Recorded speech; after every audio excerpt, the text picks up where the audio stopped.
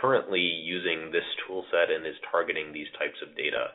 This group is a criminal group that is using this tool set and targeting this group of data, and they have a very good ability, as they have all of those sophisticated IRs, to be able to feed information back into the MSSP and do better detection, better triage, et cetera.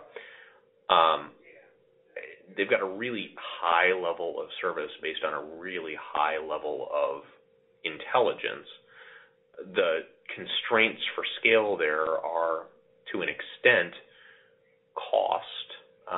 They utilize tremendously expensive resources, and so it becomes a tremendously expensive service. Equally, it was not built to be a mass market. They could not go take 10,000 SecureWorks customers away from them. They would break. I mean, they're sitting at, again, a couple hundred customers, and if they can take over the next large sensitive customer, if they can add a couple customers a year, it'll be good for them. But they've got a transition and growth and scale problem there. They're focused on quality and not scale.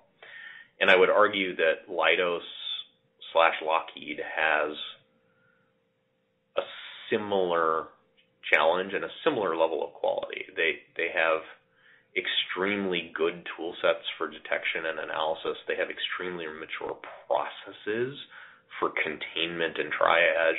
They have, again, that same really good line of sight into the industry adversaries, because this grew out of Lockheed's own SOC when Lockheed was developing all of the most sensitive stuff for the U.S. military. Commercializing those practices and that body of knowledge is valuable, maybe not as good as FireEye. They're probably fresher with the modern IR, but in a similar class of quality of offer with a similar constraint on scale.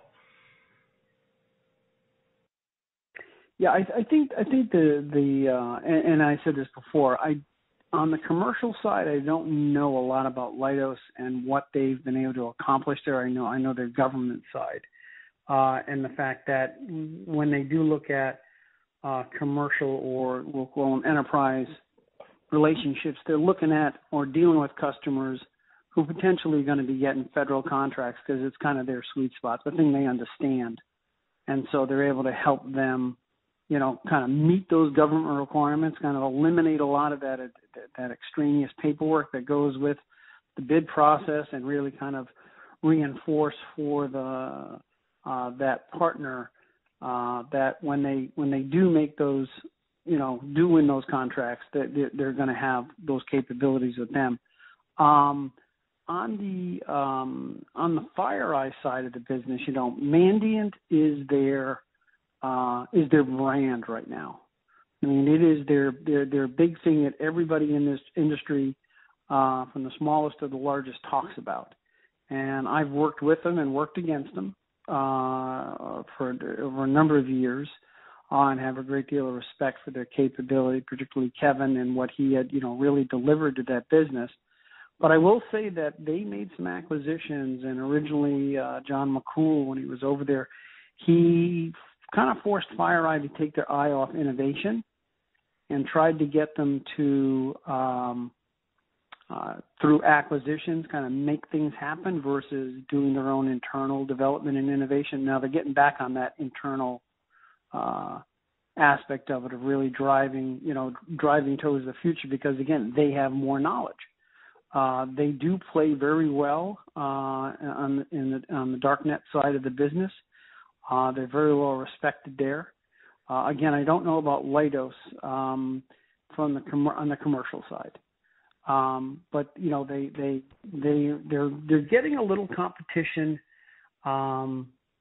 both of them, from in pieces and bits. I think you had mentioned earlier, that eCentire has certain capabilities. I think they're moving up in that space. But back to your point about FireEye, they're not looking to do volume; they're looking to do quality. And like you said, if they can grow a few customers a year, because they're very